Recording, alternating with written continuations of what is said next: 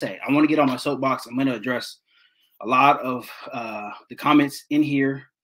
We all know what we just seen right now, but I'm going to get on my soapbox here. The Tua versus Justin Herbert debate only exists on social media. It is not a real thing. None of the other NFL teams, none of the other NFL GMs, none of the other NFL coaches are having this debate. This is a debate that only exists on social media. And just like Dave Chappelle said, social media is not a real place. This is not a real place. This is not a real debate. This is a debate that was created for likes, for views. This is all that it was created for. This is something that, you know, people have used, right? Specifically, Emmanuel Acho. This is something that he has used to garner views, right? And to gain status, you know, at whatever company he works for, right? Which is FS1. That's what he does. That's what he has done it for. And somebody it was a Charger fan, they tweeted out what his show ranked. You know, I think there was, out of 600 shows, it was like on the bottom tier. It was like 550, 570 or something like that.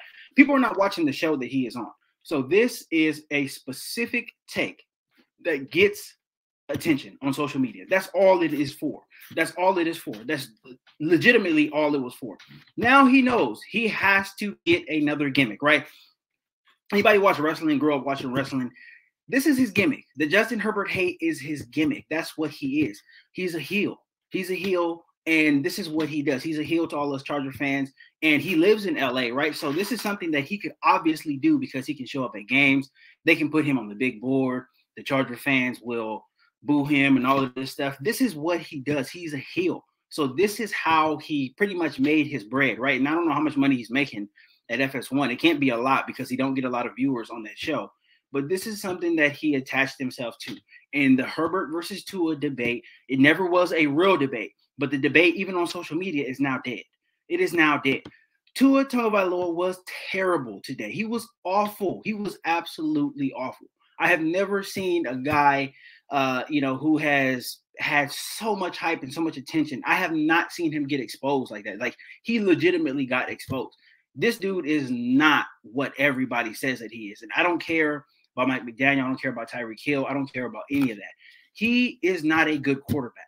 He is not a good quarterback. The Niners put the blueprint out, right? You got to credit Brandon Staley, right? As much as I've got on Brandon Staley, as much as I've got on the coaching staff, credit Brandon Staley because he went with what worked, right? He put whatever the Niners last week, he put it into action this week, right? And it was very, very simple. All they had to do was come up and press the receivers, right? Press the receivers and just close the window a little bit. You don't have to be all over them. Just close the window a little bit. And as you've seen, Tua is not accurate. This is not Alabama. And this is something that I said about Tua a while ago, coming out of Alabama. Throwing to Jerry Jeudy, throwing to Jalen Waddle, right? Throwing to all these NFL receivers, right? Even throwing to Devontae, what's the receiver from Philadelphia? Devontae Smith, I believe his name was, right? He threw to him. This is something that was going to rear its ugly head in the NFL. This guy cannot throw the football. He just can't, right? And I'm not even taking his stature into it. I'm not taking his arm strength into it. If people are not open, he cannot complete passes. That's just what it is. This is what it's been for the past 2 years. A lot of people got on Brian Flores because Brian Flores seen this. He's seen this in practice. He's seen this in games. That's why he went to Ryan Fitzpatrick a bunch of times. This is who Tua is. This is who Tua is. So all of this hype, all of this media attention, and I get it. You know, you get a new coach, and I like Mike McDaniel. He's a very creative offensive mind. It didn't really show tonight, but he's a creative offensive mind. I have to give him credit. I like him. I like his game plans. But Tua, you cannot hide what he doesn't have, right? And that's what Mike McDaniel has been doing a very good job of. He should be in the Coach of the Year talk because he has really, really done a good job of hiding Tua's flaws, right? He has a lot of flaws. You see his timing, you see his accuracy, you see his I'm drunk, so I can't really say that. But he cannot anticipate when the receivers are going to get open, right? He cannot anticipate when they are going to break their routes. He was out of sync with all of his receivers. And these are the same guys that he's been thrown to all year long. The same guys who have been, going 60, 75 yards for touchdowns. These are the same guys. You guys seen the play. Michael Davis trips. If Michael Davis does not trip, that is at the very least is an incompletion on the Tyreek Hill touchdown. At the very least is an incompletion. You've seen the crazy luck that Tyreek had with the fumble, getting the ball in the end zone. This was a real exposing of Tua. To me, this was worse than what happened last week with the Niners. If you go back and watch that tape, there was a few passes that he hit on, and it looked like he was kind of, starting to get into a rhythm a little bit, second going into the third quarter. He never got into a rhythm at all. At all. If you take away that last drive where they kicked the field goal before they went for the onside kick, he was terrible. I think he had 6 completions before that. He was awful. When you look at his numbers, from tonight, 10 of 28, 145 yards and a touchdown, right? A touchdown to a receiver that was wide open because the DB fell. That was his touchdown. Again, you take that away, his numbers look they already look pedestrian as they are. You take that away, you have nothing. This dude got exposed against a defense that is not good. The Chargers are not a good defense, right? This was a good plan that Brandon Staley put in action. Again, I give him credit, but this was not a good defense that he was playing against. It just wasn't. No Derwin James, no Sebastian Joseph Day, right? Those are just the 2 guys that have really been in the rotation, right? Those are not the guys that you can count that have got hurt, weeks and weeks ago, right? If you had your Austin Johnsons, you had your Christian Covingtons and all that stuff, obviously, you're going to have a more talented team to go up against the Dolphins. But these are just the guys who are just, have been playing, right? The Chargers were really, really bare on defense. They really didn't have anything that anybody was going to be scared of. They came out and they pretty much shut down this offense. 2 lucky plays. You take those 2 lucky plays away, the Dolphins scored 3 points of offense behind Tua.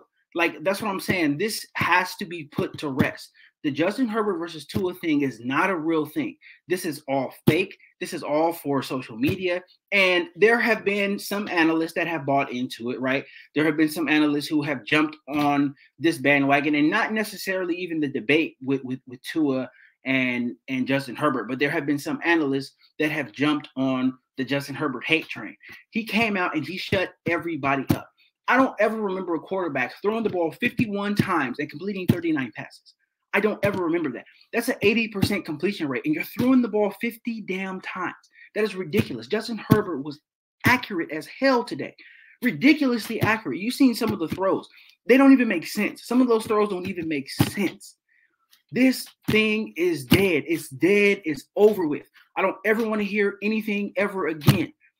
Justin Herbert is head and shoulders above Tua. And things don't have to be perfect for Justin Herbert to be head and shoulders above Tua. Guys can be out. Foster Sarrell at right tackle. The Chargers still gave up, 3 or 4 sacks. He was still getting hit. He was still getting his bell rung a couple of times. What did he do? He dropped back, stepped up, and made throws. And put throws in positions to where you can't even hand the ball off as perfect as he was throwing it. That's the crazy part about it. Some of these throws were literal handoffs. You could not hand the ball off better. Justin Herbert was on his mark today. It was impressive. This is the best game that I've ever seen Justin Herbert play. And I went to the Browns game last year. Me and my wife were at the Browns game last year. He was on fire. He was throwing darts all over the field. He had 5 total touchdowns, and I think he had almost 400 yards. This right here, he didn't have all the touchdowns, but the degree of difficulty for what Justin Herbert was doing was absolutely ridiculous. Absolutely ridiculous. The offensive line is still out of sync. They couldn't run the ball. Josh Kelly had a few good runs, but for the most part, the Chargers could not run the ball. Everything was out of sync. They need all of their guys up front to run the ball. You cannot run the ball with any backups up there. That's been proven over the past few weeks. If there's any backups on the offensive line, you cannot run the ball. You can't run the ball throughout the game. You might be able to have a few runs here and there, but you cannot run the ball. So this game, this win was completely on the shoulders of Justin Herbert. If he didn't do everything he did tonight, if he came up short even just a little bit, the Chargers lose this game. And we know this, right? And yes, the Dolphins got a lot of lucky breaks, but it is what it is, right? Sometimes that's the way the ball bounces. But when you have a quarterback like this, a generational quarterback like this, it puts everything to bed. I don't want to hear anything else. I don't want to hear anything else. I don't want to hear anything else. This is generational shit. And this was a generational performance by Justin Herbert. The Justin Herbert shit is officially